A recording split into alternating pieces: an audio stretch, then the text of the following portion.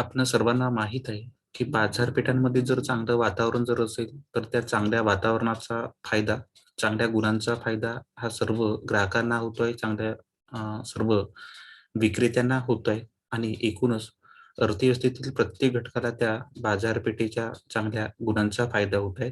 आणि बाजारामध्ये जर वेगवेगळे जर दोष असेल, अडथळे जर असेल, तर मग काय होणार, की त्याचा जो काही वाईट परिणामांचा जो भाग आहे, तो सर्वांना सहन करावा लागतोय. आज जर आपण भारतीय बाजारपेठांमधला जर भाग जर बघितला, तर भारतीय बाजारपेठांमध्ये आपल्याला वेगवेगळे दोष पाहायला मिळते. बाजारामध्ये अपूर्णता पाहायला मिळते आहेत. म्हणजे काय, तर किंमत जास्त आणि त्या वस्तूचा दर्जा जर आपण जर बघितला, तर किंमत जास्त आणि त्या वस्तूचा दर्जा हा आपल्याला निम्न प्रतीचा पाहायला मिळतोय. किंमत आणि दर्जा याच्यामध्ये बिघाड पाहायला आपल्याला मिळतोय. तर त्यामुळे काय होतंय, की किंमत जास्त मोजतोय ग्राहक आणि त्या वस्तूचा दर्जा जर कमकुवत जर असेल, तर त्या दर्जाचा वापर होतोय ग्राहकांमार्फत आणि त्याच्या कार्यक्षमतेवर त्याचा हा विपरीत परिणाम पाहायला मिळतो आहे. तर असा जो काही किंमत जास्त आणि वस्तूचा दर्जा जो कमी, असा जो दोषांचा भाग आहे, तो जर दोषांचा भाग जर कमी झाला किंवा आपण वेगळे पुन्हा अडथळ्यात जर आपण जर बघितले, की एखादी वेळी बाजारामध्ये ती वस्तू उपलब्ध राहते, परंतु बरेचदा विक्रेता काय सांगतोय, की ती वस्तू उपलब्ध नाहीत, असा तो विक्रेता सांगतोय. वास्तविक पाहता ती वस्तू उपलब्ध असते आणि जेव्हा ग्राहक अधिक किंमत मोजण्यासाठी तयार होतोय, तर तेव्हा तो विक्रेता काय करतोय, की ती वस्तू अवेलेबल करून देतोय. तर असा जो काही कृत्रिम टंचाईचा भाग भारतीय बाजारपेठांमध्ये पाहायला मिळतोय, तर हा कृत्रिम टंचाईचा भाग जर या ठिकाणी जर कमी झाला किंवा अ, अ, बाजारामध्ये ग्राहक हा वेगवेगळ्या कारणास्तव लुबाडला जातोय. वेगवेगळ्या दोषांमुळे लुबाडला जातोय. तर हा जो काही एकूण अडथळ्यांचा भाग जर कमी जर झाला, तर काय होणार, की ग्राहकांना त्याचा फायदा होणार, विक्रेत्यांना फायदा होणार आणि अर्थव्यवस्थेतील प्रत्येक क्षेत्राला या बाजारपेठांचा फायदा होताना आपल्याला दिसत आहे. म्हणजे आपल्याला जर आपला विकास जर आपल्या अर्थव्यवस्थेचा जर पूर्ण साधायचा असेल, पूर्ण करायचा असेल, देशाचं विकसनशील स्वरूप जर आपल्याला जर बदलवायचं असेल, विकसित जर स्वरूप जर आपल्याला निर्माण करायचं असेल, तर बाजारपेठांमध्ये गुणांचा भाग हा खूप खूप मोठा असणं गरजेचं आहे. त्यामध्ये कुणाचंही शोषण होता कामा नये. सर्वांनाच जर त्या बाजारपेठांचा जर फायदा जर झाला, तर अशा वेळी काय होणार, की आपल्या अर्थव्यवस्थेचं जे काही विकसनशील स्वरूप आहे ते बदलणार आणि विकसित स्वरूप हे नक्की पाहायला मिळणार. म्हणजे सांगायचा भाग हाच, की बाजारपेठांचं जी काही स्वरूप आहे, बाजारपेठांची जी काही संरचना आहे ती सुदृढ असणं गरजेचं आहे. गुणांचा भाग त्या ठिकाणी मोठा असणं गरजेचं आहे आणि दोषांचा भाग हा शून्य असणं गरजेचं आहे. आपण बाजारपेठेची एक व्याख्या बघितली होती. ती व्याख्या अशी, ती संकुचित व्याख्या आहे, की ज्या ठिकाणी ग्राहक आणि विक्रेते एकत्र येतात, तर त्या ठिकाणाला काय म्हटलं जाते, बाजारपेठ म्हटल्या जाते. परंतु ही जी काही व्याख्या आहे, ती व्याख्या संकुचित व्याख्या आहे. तर आपल्याला कुर्नो यांची विस्तृत व्याख्या बघायची आहे.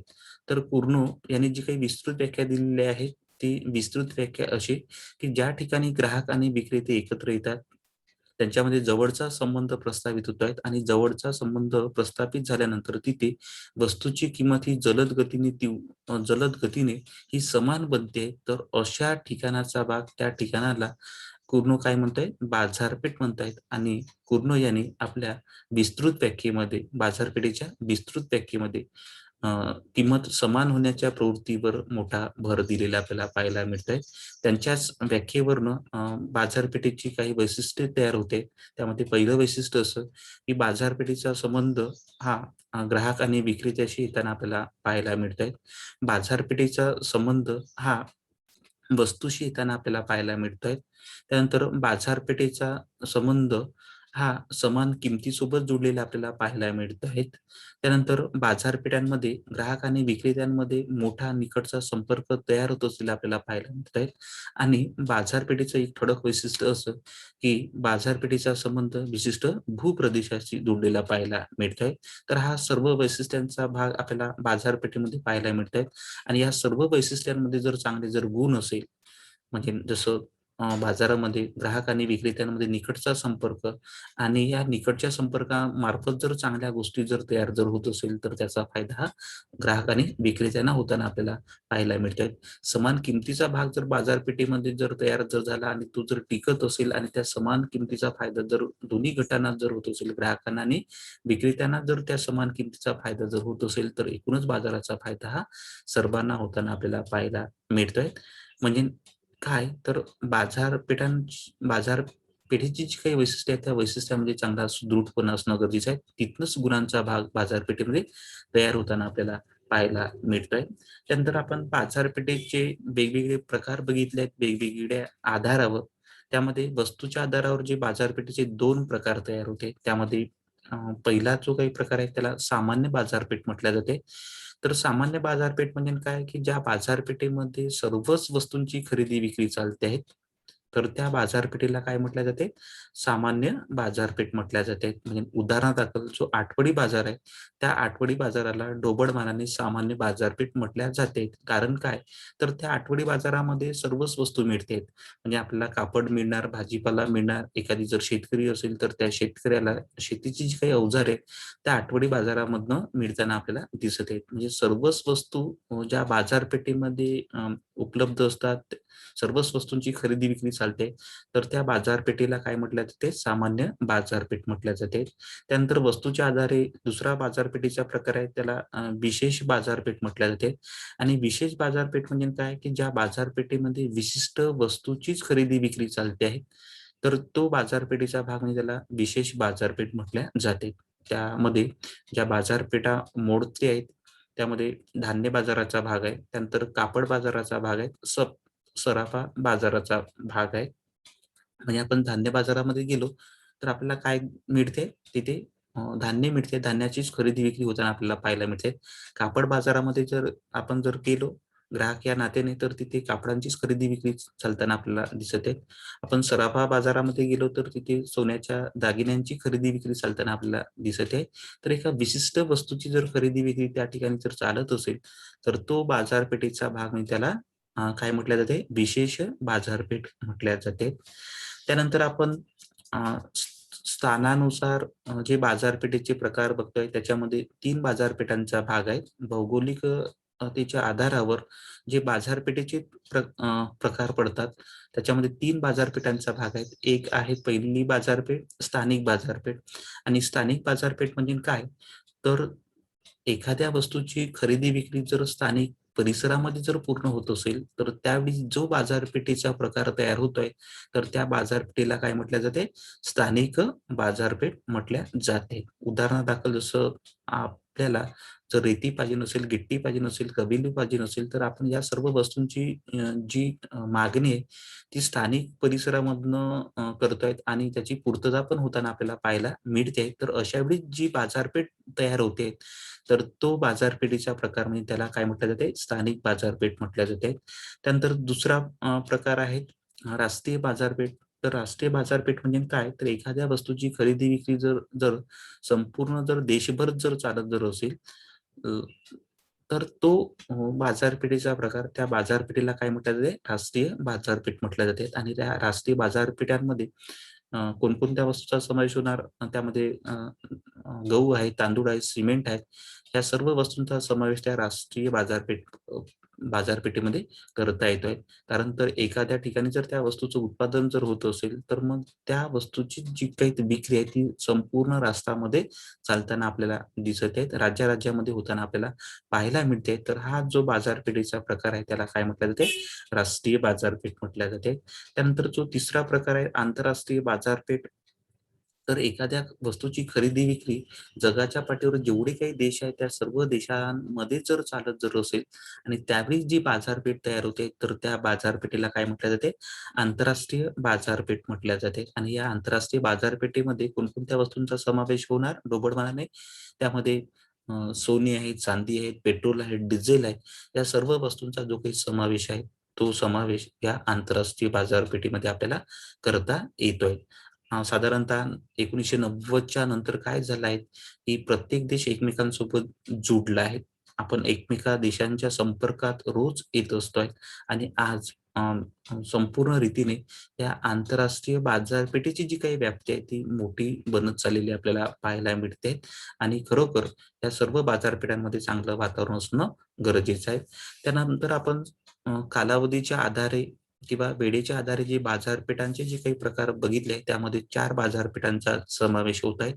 त्यामध्ये पहिली बाजारपेठ आहे अति अल्पकालीन बाजारपेठ. अति अल्पकालीन बाजारपेठ.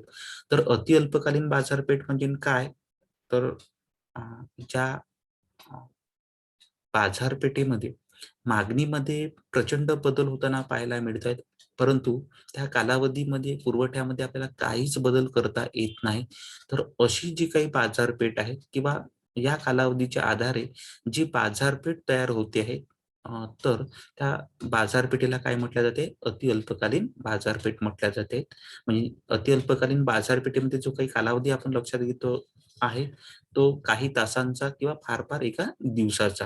म्हणजे उदाहरणादाखल जर या ठिकाणी जर अचानक जर नव्याने जर 1000 लिटर जर या ठिकाणी दुधाची जर मागणी जर वाढली, तर त्या कालावधीमध्ये आपल्याला पुरवठ्यामध्ये त्या दिवसभराच्या कालावधीमध्ये किंवा काही तासाच्या कालावधीमध्ये आपल्याला त्या दुधाच्या पुरवठ्यामध्ये काहीच बदल करता येत नाही.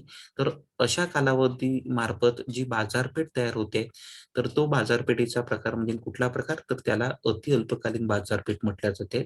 त्यानंतर दुसरा प्रकार आपण बघतो आहे अल्पकालीन बाजारपेठ. अल्पकालीन बाजारपेठेमध्ये जो कालावधी आपल्याला लक्षात घ्यावयाचा आहे, तो काही आठवड्याचा अ, किंवा फार-फार तर या ठिकाणी काही महिन्याचा, साधारणतः 1 महिन्याचा. आठवडा किंवा महिना या ठिकाणी लक्षात घ्यावयाचा आहे. आणि या ठिकाणी काय होतंय, या कालावधीमध्ये काय होतंय, की मागणीमध्ये बदल होतोय, परंतु पुरवठ्यामध्ये आपल्याला काही प्रमाणामध्ये बदल करता येतोय. पुरवठ्यामध्ये आपल्याला काही प्रमाणात बदल करता येतोय आणि यावेळी जी बाजारपेठ तयार होणार, त्या बाजारपेठेला काय म्हटल्या जाते? अल्पकालीन बाजारपेठ म्हटल्या जाते. म्हणजे मागणीमध्ये बदल होत आहेत आणि मागणीच्या काही भागाची जर पूर्तता जर करता येत असेल, मागणीच्या काही भागाची जर पूर्तता करता येत असेल, तर त्यावेळी जी काही बाजारपेठ तयार होते आहे, तर त्या बाजारपेठेला काय म्हटल्या जाते? अल्पकालीन बाजारपेठ म्हटल्या जाते.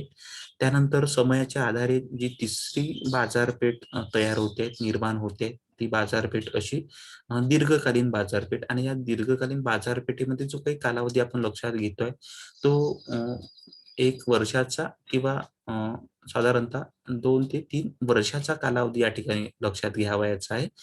तर या बाजारपेठेमध्ये किंवा या कालावधीमध्ये काय होत आहे, की मागणीमध्ये जेवढा बदल होत आहे, तेवढा जर आपल्याला पुरवठ्यामध्ये जर बदल जर करता येत असेल, 1000 मीटर कापडाची नव्याने मागणी तयार झाली आहे आणि त्या 1000 मीटर कापडाची जर पूर्तता जर करता जर येत असेल, तर यावेळी जी बाजारपेठ तयार होते आहे, त्या बाजारपेठेला काय म्हटलं जाते? दीर्घकालीन बाजारपेठ म्हटल्या जाते आणि जो चौथा प्रकार तयार होत आहे कालावधीच्या आधारे बाजारपेठेचा, तो म्हणजे अ, अति दीर्घकालीन बाजारपेठ आणि अति दीर्घकालीन बाजारपेठेचा आपण कालावधी लक्षात घेतो आहे काही दशकांचा किंवा एका शतकाचा म्हणजे प्रचंड कालावधी या ठिकाणी आपल्याकडे अ, अ, उपलब्ध असतो आहे आणि इथे काय होणार की मागणीमध्ये जेवढा अ, अ, बदल होत आहे त्याच्यापेक्षा जर पुरवठ्यामध्ये जर आपल्याला मोठा जर बदल करता येत असेल म्हणजे पुरवठ्या बाजूचा प्रभाव जर मागणी बाजूपेक्षा जर खूप जर प्रचंड जर पाहायला जर मिळत जर असेल तर त्यावेळी जी बाजारपेठ तयार होते कालावधीच्या आधारे ती बाजारपेठ म्हणजे तिला अतिदीर्घकालीन बाजारपेठ म्हटल्या जाते. त्यानंतर आपण स्पर्धेच्या आधारावर काही बाजारपेठेचे प्रकार बघतो आहेत, जे निर्माण होते ते. त्यामध्ये पहिली बाजारपेठ आहे पूर्ण स्पर्धेचा भाग आणि पूर्ण स्पर्धेचं जे काही विवेचन आहे तो विवेचनाचा भाग आपणा सर्व लोकांना माहीत आहे. असंख्य ग्राहक आणि असंख्य विक्रेते अ, ज्या स्पर्धेमध्ये पाहायला मिळते, तो स्पर्धेचा भाग म्हणजे तिला पूर्ण स्पर्धा म्हटल्या जाते. पूर्ण स्पर्धा बाजारपेठ म्हटल्या जाते.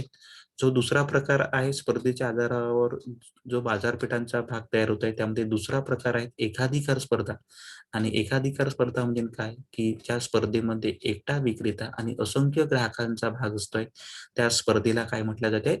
एकाधिकार स्पर्धा म्हटल्या जाते. त्यानंतर तिसरी स्पर्धा आहे एकाधिकार युक्त स्पर्धा आणि एकाधिकार युक्त स्पर्धा किंवा बाजारपेठ म्हणजे काय, की ज्या बाजारपेठेमध्ये विक्रेत्यांची संख्या ही बरीचशी असते आणि ग्राहकांची संख्या ही असंख्य असते. तर तो बाजारपेठेचा प्रकार त्याला काय म्हटले जाते? एकाधिकार युक्त बाजारपेठ म्हटल्या जाते. त्यानंतर चौथी बाजारपेठ आहेत अल्पाधिकार स्पर्धा. आणि अल्पाधिकार स्पर्धा म्हणजे काय? जिथे विक्रेत्यांची संख्या ही मर्यादित असते आणि ग्राहकांची संख्या ही असंख्य असते. तर त्या बाजारपेठेला काय म्हटले जाते? अल्पाधिकार बाजारपेठ म्हटल्या जाते. आणि द्वयाधिकार बाजारपेठ म्हणजे काय? की जिथे विक्रेत्यांची संख्या ही 2च आणि ग्राहकांची संख्या ही जर असंख्य जर असेल, तर त्यावेळी जी बाजारपेठ तयार होते, जी स्पर्धा तयार होते, त्या स्पर्धेला काय म्हटलं जाते? द्वयाधिकार स्पर्धा म्हटल्या जाते. सुरुवातीचे जे काही 2 प्रकार आहेत, पूर्ण स्पर्धा आणि एकाधिकार स्पर्धेचा भाग हा आपल्याला काल्पनिक पाहायला मिळतोय आणि उर्वरित जो स्पर्धांचा भाग आहे, तो आपल्याला अ, त्या बाजारपेठा आपल्याला वास्तविक स्वरूपामध्ये पाहायला मिळतो आहे. आणि खऱ्या वास्तविक स्वरूपात जर कुठली स्पर्धा जर पाहायला मिळत असेल, तर ती आहे एकाधिकार युक्त स्पर्धा. एकाधिकार युक्त बाजारपेठेची जी काही व्याप्ती आहे, ती दिवसेंदिवस ती प्रचंड वाढत असलेली आपल्याला पाहायला मिळते आहे. त्यानंतर आपल्याला एक मुख्य भाग आपल्याला पाहायचा आहे, की पूर्ण स्पर्धा म्हणजे काय आणि पूर्ण स्पर्धेची वेगवेगळी वैशिष्ट्ये कोणती आहेत? पूर्ण स्पर्धा अ, म्हणजे काय? तर की ज्या स्पर्धेमध्ये ग्राहकांची संख्या असंख्य, विक्रेत्यांची संख्या असंख्य, त्यानंतर तिथे अ, अ, समान किमतीचा भाग पाहायला मिळतो आहे. तर असे सर्व वैशिष्ट्यांचा भाग मिळून जी स्पर्धा बनते, तर तो स्पर्धेचा भाग म्हणजे त्या स्पर्धेला काय म्हटले जाते? पूर्ण स्पर्धा म्हटल्या जाते. आणि आठवडी बाजाराला ढोबळ मानाने पूर्ण स्पर्धा आपल्याला म्हणता येते. आठवडी बाजारामध्ये जी काही चित्र दिसते, तर त्या आठवडी बाजाराला ढोबळ मानाने पूर्ण स्पर्धा म्हटल्या जाते आहे. तर आपण काही व्याख्यांचा भाग बघतो आहे, की अ, त्या व्याख्या आपल्याला अशा तयार करता येणार, की ज्या स्पर्धेमध्ये असंख्य ग्राहक, असंख्य विक्रेते असतात, त्या विक्रेत्या आणि ग्राहकांमध्ये निकटचा संपर्क तयार होतो आहे आणि तिथे समान किमतीचा भाग तयार होत आहे. तर ती स्पर्धा म्हणजे त्या स्पर्धेला काय म्हटलं जाते? पूर्ण स्पर्धा म्हटल्या जाते. किंवा दुसरी व्याख्या अशी आपल्याला तयार करता येणार, की ज्या स्पर्धेमध्ये एकटा विक्रेता किंवा एकटा ग्राहक आपल्या मागणी आणि पुरवठ्यामध्ये बदल करून किमतीमध्ये कुठलाही प्रभाव निर्माण करू शकत नाही, तर त्या स्पर्धेला काय म्हटल्या जाते? पूर्ण स्पर्धा म्हटल्या जाते. त्यानंतर पूर्ण स्पर्धेची जे काही आपण वेगवेगळी वैशिष्ट्ये बघतोय, त्या वैशिष्ट्यामध्ये पहिलं वैशिष्ट्य असं, की असंख्य ग्राहक आणि असंख्य विक्रेते हे पूर्ण स्पर्धेचं एक महत्त्वाचं वैशिष्ट्य. म्हणजे या स्पर्धेमध्ये ग्राहक आणि विक्रेत्यांची संख्या ही असंख्य असते, अनंत असते. आणि ग्राहक आणि विक्रेत्यांची संख्या ही असंख्य असल्यामुळे एकटा ग्राहक किंवा एकटा विक्रेता हा मागणी पुरवठ्यामध्ये बदल करून, किमतीत बदल करून किंवा इतर कुठल्याही गोष्टीमध्ये बदल करून बाजारावर प्रभाव निर्माण करू शकत नाहीत. एवढी जी काही छोटी भूमिका आहे, एवढी नगण्य जी काही भूमिका आहे ती एकट्या ग्राहक आणि विक्रेत्याची आपल्याला पाहायला मिळते. म्हणजे असंख्य ग्राहक आणि असंख्य विक्रेते असते आणि असंख्य ग्राहक आणि असंख्य विक्रेत्यांमध्ये एकट्या ग्राहकाची भूमिका ही एकूणच नगण्य असते, नाहीच्या बरोबर असलेली आपल्याला पाहायला मिळते. तो कुठलाही जो आपला जो काही प्रभाव आहे, मागणी आणि पुरवठ्यामध्ये बदल करून तो कुठलाही प्रभाव तो त्या ठिकाणी निर्माण करू शकत नाही. त्यानंतर आपण दुसरं वैशिष्ट्य बघितलं आहे, की एकजिनसी वस्तूंचा भाव. या स्पर्धेमध्ये सर्व विक्रेत्यांच्या वस्तू ह्या एकसारख्या असतात. प्रत्येक विक्रेत्यांच्या वस्तूमध्ये समान गुण असते. रंग, रूप, आकार किंवा इतर जे काही गुण आहेत, ते सारखे पाहायला मिळतात. हे दुसरं वैशिष्ट्य. त्यानंतर तिसऱ्या वैशिष्ट्याचा भाग आहे मुक्त प्रवेश आणि मुक्त गमनाचा भाग. म्हणजे या स्पर्धेमध्ये अ, विक्रेत्यांना त्या बाजारपेठेमध्ये जाता येते आहेत, धंदा उभा करता येते आहेत, तो धंदा विस्तारित करता येते आणि कुठल्या कारणास्तव जर अडचण जर निर्माण जर झाली, तर त्या विक्रेत्याला तिथनं बाहेर पण पडता येते. ग्राहकांना पण अगदी त्याच पद्धतीने त्या बाजारामध्ये जाता येते आहेत, वस्तू विकत घेता येते आहेत आणि कुठल्या कारणास्तव जर त्याला वाटत जर असेल, की आपलं या ठिकाणी नुकसान होते, तर तिथनं त्या ग्राहकाला बाहेर पण पडता येते. म्हणजे बाजारामध्ये जाण्याचं स्वातंत्र्य या दोन्ही वर्गांना, ग्राहक आणि विक्रेत्यांना. आणि तिथलं जर वातावरण जर आवडलं नाही, तर तिथनं बाहेर पडण्याचं पण स्वातंत्र्य या दोन्ही वर्गांना असलेलं आपल्याला पाहायला मिळते. म्हणजे मुक्त प्रवेश आणि गमनाचा भाग ह्या स्पर्धेमध्ये पाहायला मिळतो आहे. आणि ही जी काही तिन्ही वैशिष्ट्ये आहेत, एक असंख्य ग्राहक, असंख्य विक्रेते, दुसरं वैशिष्ट्य एकच अशी वस्तू आणि तिसऱ्या वैशिष्ट्याचा भाग कुठला? तर मुक्त प्रवेश आणि मुक्त गमन. तर ही तिन्ही वैशिष्ट्ये मिळून एक स्पर्धा बनते. तो स्पर्धेचा भाग म्हणजे त्या स्पर्धेला म्हटल्या जाते शुद्ध स्पर्धा म्हटल्या जाते. त्या स्पर्धेला विशुद्ध स्पर्धा सुद्धा म्हटल्या जाते आणि ही शुद्ध स्पर्धा किंवा विशुद्ध स्पर्धा हा पूर्ण स्पर्धेचा एक भाग असलेला आपल्याला पाहायला मिळतोय. त्यानंतरचं वैशिष्ट्य पूर्ण स्पर्धेमधलं असं अ, बाजारपेठेचं पूर्ण ज्ञान ग्राहक विक्रेत्यांना. म्हणजे या पूर्ण स्पर्धेमध्ये ग्राहक आणि विक्रेत्यांना बाजारपेठेचं पूर्ण ज्ञान असते. आज वस्तूंची किंमत काय आहे? काल कोणती होते? उद्याला कोणती असण्याची शक्यता आहे? किमतीबाबतचं ज्ञान किंवा बाजारपेठेसंबंधीच्या ज्या काही इतर ज्या काही किरकोळ गोष्टी आहेत किंवा ठळक ज्या काही गोष्टी आहेत, त्याचं जे काही ज्ञान आहे, ते ग्राहक आणि विक्रेत्यांना असते. आणि जेव्हा ज्ञानाचा भाग, बाजारपेठेचा ज्ञानाचा भाग या दोन्ही वर्गाकडे असतोय, तर या ठिकाणी एकमेक जो काही गट आहे, एकमेक जो काही वर्ग आहे, तो एकमेकांना फसवू शकत नाही. कारण तर ज्ञान आहे, सर्वांना बाजारपेठेचं ज्ञान आहे. काय सुरू आहे याचं ज्ञान जर प्रत्येकाला जर असेल, तर निश्चितपणे इथे ग्राहकाचं शोषण होत नाही, फसवणूक होताना आपल्याला दिसत नाहीत. म्हणजे वर्गांकडनं एकमेका वर्गाची कुठल्याही प्रकारची फसवणूक या स्पर्धेमध्ये होत असलेली आपल्याला दिसून येत नाही आणि त्याचं कारण काय तर बाजारपेठेच्या ज्ञानाचा भाग ह्या दोन्ही वर्गाकडे असल्यामुळे एकूणच फसवणुकीचा अभाव या स्पर्धेमध्ये पाहायला मिळतोय. त्यानंतरचं वैशिष्ट्य बघितलं आहे आपण, की या स्पर्धेमध्ये उत्पादन घटकामध्ये गतिशीलता पाहायला मिळते आहे आणि त्या गतिशीलतेचा अर्थ असा लक्षात घ्या, की त्या विक्रेत्यांना जर कुठलं जर नुकसान होत असेल, तर त्याला बाहेर पडता येते. ग्राहकांना जर तिथे जर नुकसान जर त्या ठिकाणी जर होत असेल, तर ग्राहक पण त्या बाजारपेठेमधनं बाहेर पडू शकते. म्हणजे प्रवेशाचा भाग हा मोकळा आणि कुठलं जर नुकसान जर होत असेल, तर तिथनं बाहेर पण पडता येते. तर एकूणच या विवेचनाला उत्पादन घटकाची गतिशीलता म्हटल्या जाते. पुन्हा दुसऱ्या उदाहरणाचा भाग या ठिकाणी लक्षात घ्या, की एखाद्या धंद्यामध्ये एखादी कामगार काम करतो आहे आणि तिथे जर त्याला जर योग्य जर मोबदला मिळत नसेल, तर तो काय करणार कामगार, की त्या धंद्यामधनं बाहेर पडणार. तो दुसऱ्या धंद्यामध्ये जाणार. तिथे जर त्याला जर योग्य मोबदला मिळत जर नसेल, तर तो काय करणार, पुन्हा मोठ्या धंद्यामध्ये जाणार किंवा दुसऱ्या धंद्यामध्ये जाणार. तर हे त्याचं एका ठिकाणाहून दुसऱ्या ठिकाणी जे स्थानांतरण होते आहे स्वइच्छेनं, तर एकूणच या संपूर्ण भागाला काय म्हटलं जाते, उत्पादन घटकाची गतिशीलता म्हटल्या जाते आणि या उत्पादन घटकाच्या गतिशीलतेचा भाग आपल्याला पूर्ण स्पर्धेमध्ये पाहायला मिळतोय. त्यानंतरचं वैशिष्ट्य या स्पर्धेमधलं असं, की वाहतूक खर्च या स्पर्धेमध्ये आपल्याला 0 पाहायला मिळतायत. 0 पाहायला मिळतोय. कारण तो समान किंमतीचा भाग येथील विक्रेत्याला स्वीकारावा लागतोय आणि समान किमतीचा भाग येथील विक्रेत्याला स्वीकारावा लागला असल्यामुळे जो काही वाहतूक खर्च आहे, तो वाहतूक खर्च हा आपोआपच 0 बनतोय. ज्या स्पर्धेमध्ये विक्री खर्च हा 0 पाहायला मिळतोय आणि 0 खर्च असण्यामागचं कारण काय? तर समान किमतीचा भाग या ठिकाणी स्वीकारावा लागत असल्यामुळे जो काही विक्री खर्च आहे, तो विक्री खर्च आपोआपच 0 बनताना आपल्याला पाहायला मिळतोय.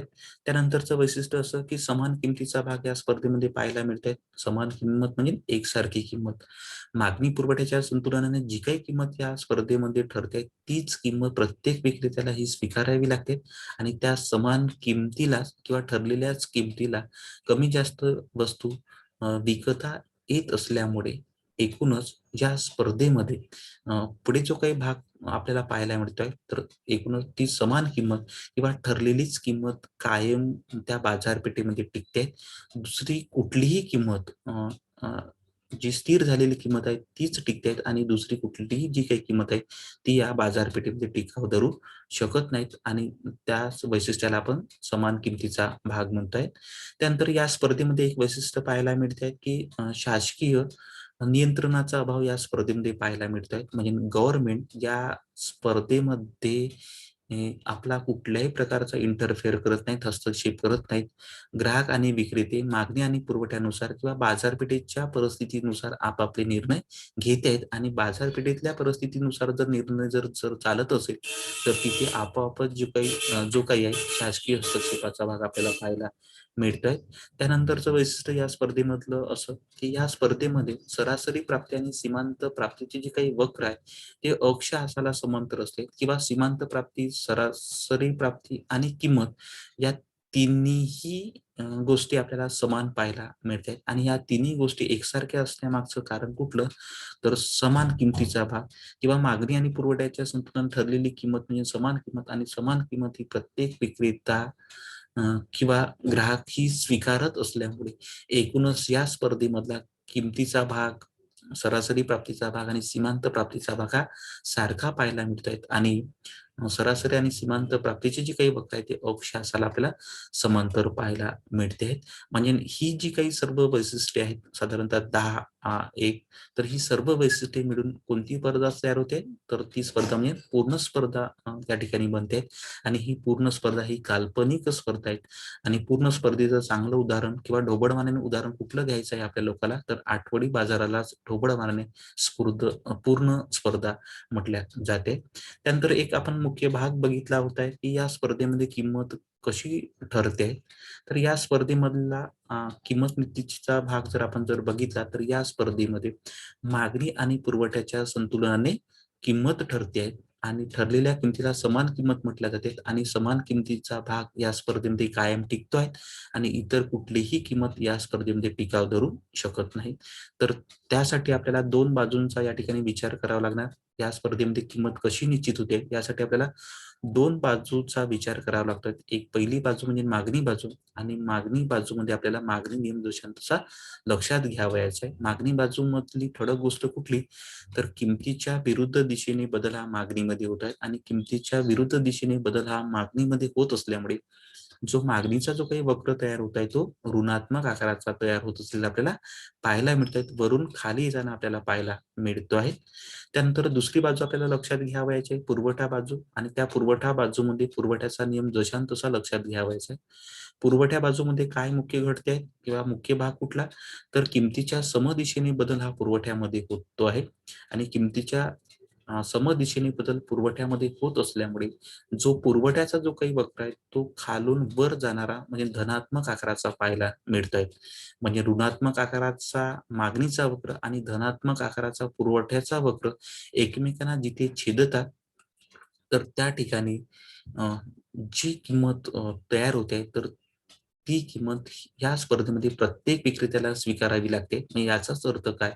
तर या पूर्ण स्पर्धेमध्ये ही किंमत ही मागणी पुरवठ्याच्या संतुलनाने ठरत असलेली आपल्याला पाहायला मिळते. जे आपण एक उदाहरण घेतलं होतं आणि त्या उदाहरणामध्ये सर्व गोष्टींचा भाग असा लक्षात घ्या, की ज्या ठिकाणी 5,000 नगांची मागणी आणि 5,000 नगांचा पुरवठा आहे. त्या ठिकाणी ₹5 जी काही किंमत ही दिसत आहे आणि ती ₹5 किंमत म्हणजे या ठिकाणी समान किमतीचा भाग आहे किंवा ठरलेल्या किमतीचा भाग आहे आणि ती ठरलेली किंमत ₹5 किंमत ही प्रत्येक ग्राहक आणि विक्रेत्यालाही स्वीकारावी लागते. म्हणजे ज्या ठिकाणी मागणी आणि पुरवठ्याचा भाग हा 5,000 नगांचा आहे आणि त्या ठिकाणी जी काही किंमत तयार झाली ₹5 तर ती झाली समान किंमत आणि तो समान किमतीचा भाग या स्पर्धेमध्ये कायम टिकताना आपल्याला दिसत आहे. म्हणजे किंमत कोणत्या आधारावर ठरलेली आहे? मागणी पुरवठ्याच्या संतुलनाने ठरलेली आपल्याला पाहायला मिळते आणि त्या समान किमती व्यतिरिक्त दुसरी कुठलीही किंमत या ठिकाणी टिकाव धरू शकत नाहीत. म्हणजे या ठिकाणी लक्षात घ्या, की ₹5 वरून जर किंमत जर ₹1 जर झाली, ₹5 वरून जर किंमत जर ₹1 जर झाली, म्हणजे किंमत जर कमी जर झाली, तर त्यावेळी काय होणार, की मागणीचा भाग वाढणार. मागणीचा भाग मोठा बनतायत आणि ₹1 किंमत झाल्यानंतर मागणी ही असते 10,000 नगांची आणि त्या ठिकाणी आपण जर पुरवठ्याचा भाग जर बघितला, तर 1,000 नगांचा आहे. म्हणजे ₹5 वरून किंमत किंवा त्या समान किमतीवरून किंमत जर कमी झाली, ती जर ₹1 जर झाली, तर त्यावेळी काय होतंय, मागणीचा भाग हा 10,000 नगांचा आणि अ, पुरवठ्याचा भाग 1,000 नगांचा. तर अशा वेळी काय होणार, की मागणी प्रचंड वाढली आहे. त्या ग्राहकांमध्ये स्पर्धा निर्माण होणार आणि ग्राहकांमध्ये स्पर्धा निर्माण झाल्यानंतर त्या स्पर्धेचा फायदा कोण घेणार? विक्रेते घेणार आणि त्या विक्रेते त्या गोष्टीचा फायदा घेतल्यानंतर काय होणार, की पुढे किंमत वाढणार आणि ती किंमत ₹1 कुठपर्यंत जाणार? ती ₹5 जाताना आपल्याला दिसत आहे. म्हणजे समान किमतीपर्यंत ती किंमत येताना आपल्याला पाहायला मिळते. किंवा त्या ₹5 व्यतिरिक्त जर त्या ठिकाणी जर या ठिकाणी जर किंमत जर ₹10 जर झाली, तर किंमत वाढल्यानंतर काय होणार? की मागणीचा भाग कमी, मागणीचा भाग ₹10 किंमत झाल्यानंतर 1000 नगांची मागणी आणि पुरवठ्याचा भाग हा 10,000 नगांचा. म्हणजे जेव्हा किंमत वाढते तेव्हा मागणीचा भाग कमी आणि पुरवठ्याचा भाग जास्त. तर या उदाहरणामध्ये ₹10 किंमत झाली असताना मागणीचा भाग 1000 नगांचा आहे आणि पुरवठ्याचा भाग किती? 10,000 नगांचा. तर या ठिकाणी विक्रेत्यांमध्ये स्पर्धा निर्माण होणार कारण तर मागणीच नाही, पुरवठा जास्त आहे. तर अशा वेळी विक्रेत्यांमध्ये स्पर्धा निर्माण होणार आणि विक्रेत्यांमध्ये स्पर्धा निर्माण झाल्यानंतर आपली वस्तू खपली पाहिजे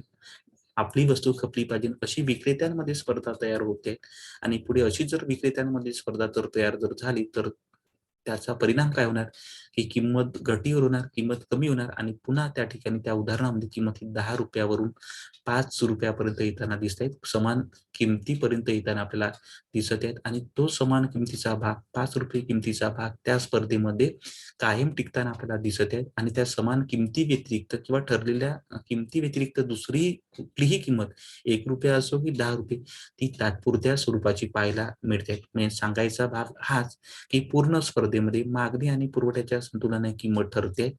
तो किमतीचा भाग म्हणजे समान किमतीचा भाग आणि समान किंमत त्या स्पर्धेमध्ये ही कायम टिकते आहे आणि समान व्यतिरिक्त किंवा निश्चित झालेल्या किमती व्यतिरिक्त दुसरी कुठलीही किंमत त्या स्पर्धेमध्ये टिकाव धरू शकत नाही. त्यानंतर इतर बाजारपेठांचा भाग पण आपण लक्षात घेत आहे. पूर्ण स्पर्धेसोबत इतर ज्या काही बाजारपेठा आहेत त्यामध्ये एकाधिकार स्पर्धा, एकाधिकारयुक्त स्पर्धा, अल्पाधिकार स्पर्धा आणि द्वयाधिकार स्पर्धा. तर ह्या सर्व बाजारपेठांमध्ये म्हणजे पूर्ण स्पर्धा आणि एकाधिकार या बाजारपेठा काल्पनिक आहेत आणि वास्तविक कुठल्या बाजारपेठा आहेत तर एकाधिकारयुक्त स्पर्धा, त्यानंतर अल्पाधिकार स्पर्धा आणि द्वयाधिकार स्पर्धा. तर ह्या वास्तविक बाजारपेठा आहेत. खऱ्या अर्थाने त्याचं अस्तित्व आपल्याला अर्थव्यवस्थेत दिसते. त्याच्या व्याप्तीचा भाग आपल्याला दिसतोय. तर हा सर्व बाजारपेठांचा जो काही भाग आहे त्या सर्व बाजारपेठांमध्ये एकूणच जर चांगले गुण असेल, बाजारपेठांमध्ये जर अपूर्णता जर नसेल, चांगल्या पूर्णता जर असेल, तर त्या पूर्णतेचा फायदा कुणाला होणार? सर्वांनाच त्याचा फायदा होताना आपल्याला पाहायला मिळतोय. म्हणजे या घटकाच्या आधारे आपल्याला एकच भाग मुख्य काढता येतोय, की बाजारपेठांमध्ये जर गुण जर असेल, बाजारपेठांमध्ये जर सुदृढता जर असेल, तर काय होणार? की त्या अर्थव्यवस्थेचं उत्पादन मोठं होणार, वस्तू खपल्या जाणार, अ, किमान नफ्याचा भाग सर्वांना मिळणार आणि एकूणच कुणाचंही शोषण होणार नाही. सर्वांना स्वातंत्र्याचा भाग मिळणार आणि सर्वांना जर अशा जर स्वातंत्र्याचा भाग जर बाजारपेठांच्या माध्यमातून जर मिळत जर असेल, तर काय होणार? की प्रचंड फायदे तिथनं तयार होताना आपल्याला पाहायला मिळतंय. म्हणजे बाजारपेठेमध्ये किंमत हा एक महत्त्वाचा घटक आहे.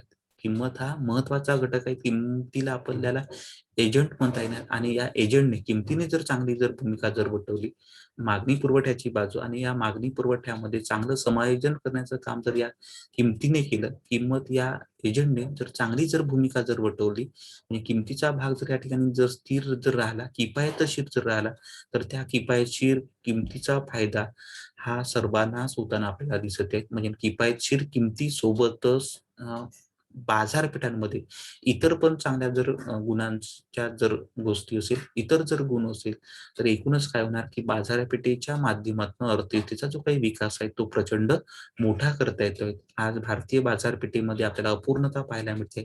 त्या जर अपूर्णता जर शक्य तितक्या लवकर जर दूर जर झाल्या आणि प्रचंड चांगल्या गुणांचा भाग जर भारतीय बाजारपेठांमध्ये जर निर्माण जर झाला, तर काय होणार, की या भारतीय बाजारपेठेमार्फत भारतीय अर्थव्यवस्थेचं जे काही स्वरूप आहे, विकसनशील स्वरूप आहे, ते दुरुस्त होऊन विकसित स्वरूप ही नक्की त्या ठिकाणी तयार झालेलं आपल्याला पाहायला मिळते आहेत.